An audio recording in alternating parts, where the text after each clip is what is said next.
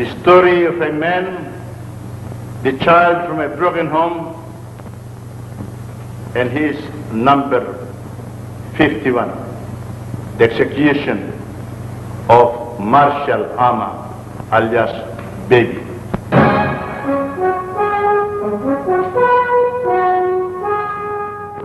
Hi guys and welcome back. Sa video natin ngayon pag-uusapan natin ang buhay ni alias Baby Ama. Pero bago tayo magsimula, kung interesado ka sa mga gantong video kung saan pwede kang makakuha ng kaalaman tungkol sa iba't ibang mga bagay, i-click lang ang subscribe button at ang bell icon para ma-notify ka sa mga future uploads natin. Nag-upload ako ng 2 o higit pang video kada linggo. Sabay-sabay nating kilalanin si Marshal Ama Perez o mas kilala sa bansag na Baby Ama. Ang kanyang palayaw na baby ay nakuha sa kadahilan ng mayroon siyang artistaheng muka o literal na masasabi kong baby pa lang kung ikukumpara mo sa mga taong nakapiit noon sa kulungan. Si Baby Ama ay isang menor de edad. Ang buhay niya sa labas ng kulungan ay para sa akin magnanakaw o manggagansyo na puma-part-time lang. Ang pagtingin ng mga taong malapit sa kanya ay isa siyang batang matulungin at maasahan. Yun nga lang, nagkataon na ang pamamaraan niya ng pagtulong sa kanyang mga kaibigan ay mali. Madalas siyang nasasangkot sa mga nakawan sa kanilang syudad sa Tondo, Manila na kaugalian o naging hobby na niya ang magnakaw. Minsan, ang pagkakaroon ng libangan ay siya pang dahilan kung bakit masisira ang buhay mo. Alam nyo, si Baby Ama ay hindi naman nakulong dahil nakagawa ng mabigat na kasalanan. Although masama pa rin ang magnakaw, hindi naman siya nakapatay o nanggahasa. Siya ay batang ama kung tawagin. Hands-on siya sa pag-alaga sa kanyang misis noon na nagdadalang tao. Ngayon siya ay napasa kamay ng mga pulis dahil sa, you guessed it, sa pagnanakaw.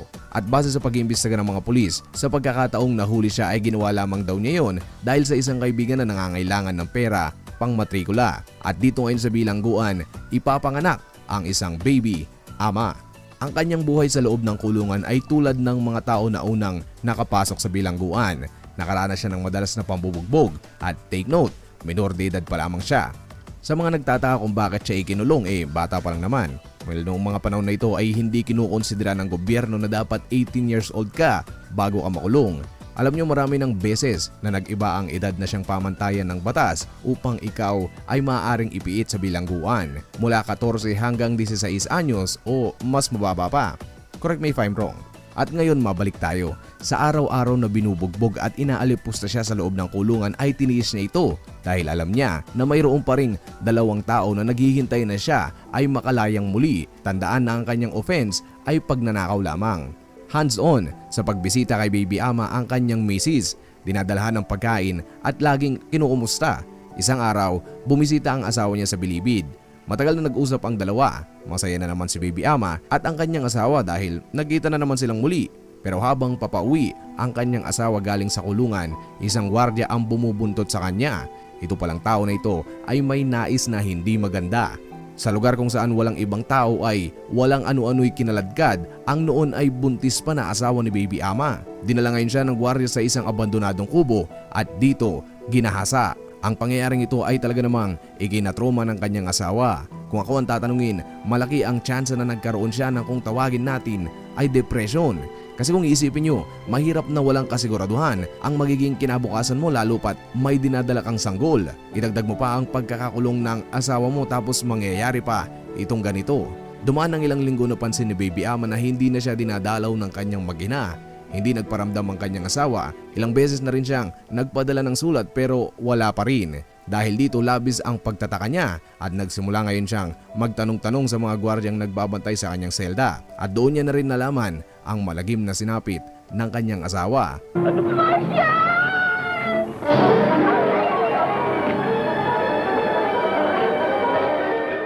Ang pagsasama-sama ng mga nangyaring ito ngayon sa buhay ni Baby Ama ay ang mas nagpatatag sa kanya bilang isang batang ama na nakaranas ng pang-aapi sa loob ng kulungan. Siya ay parang naging pamato sa snake and ladder at laging doble 6 ang nakukuha sa dice. Bagamat bata pa, unti-unti siyang nakilala. Dumating na rin sa punto na siya ay kinatatakutan sa loob ng bilibid. Parang hitman na pag may gustong patahimikin sa kanilang komunidad ay siya ang gagawa. Naisip niyo siguro bakit may mga hitman sa loob ng presinto? Well, idagdag ko na rin hindi pa ako naukulong pero alam nyo ba na sa loob ng isang malaking kulungan ay hindi mga cell guard ang siyang nagbabantay sa mga preso. Isa sa mga dahilan nito ay wala silang sapat na mga gwardiya kaya sa loob ng preso ay sila rin ang nagbabantayan sa isa't isa na pinamumunuan ng mga lider ng kanilang grupo. May sarili silang mga patakaran at minsan nagkakaroon ng mga meeting-meeting tungkol sa kung paano nila mas mapapanatiling maayos ang kanilang komunidad. Ngayon, mabalik tayo. Dahil sa ipinakitang katatagan at katapangan ni Baby Ama, nakuha niya ang respeto ng mga inmates sa loob at doon nakapagtayo siya ng isang grupo na may pangalang Sige Sige Gang. Sa kanyang pagtatag ng samahan ay hindi mo may iwasan ang magkaroon ng kasalungat sa paniniwala man yan o sa prinsipyo. Sa loob ng bilibid ay may isang pangkat na kung tawagin ay Oksogang. Ang dalawang lupon ngayon ay minsang nagkaroon ng hindi pagkakaintindihan na humantong sa madugong rambulan sa loob mismo ng bilibid. Ang sagupang ito ay ang naitala na pinakamalaking rambulan sa loob ng Muntinlupa Penitentiary. Ito ngayon ay nagresulta sa pagkasawi ng 9 mga bilanggo at ang isa dito ay pinugutan pa ng ulo. Kaya ang noon na part-time na nagnanakaw lamang ay ngayon nasasangkot na sa patayan. Siya at ang kanyang mga kasamaan ay nilitis ng husgado at pagkatapos si Baby Ama ay nahatulan ng bitay gamit ang silya elektrika. Ang taon kung kailan gagawin ang pagbitay ay 1961 at siya lamang noon ay may gulang na 16 anyos. Malaki ang naging impact ni Baby Ama sa loob at labas ng bilibid kaya noong 1976 ay naitampok ang kanyang kwento sa pelikula na may pamagat na Bitayin si Baby Ama na idinirect ni June Gallardo na pinagbidahan ni Rudy Fernandez at ni Alma Moreno.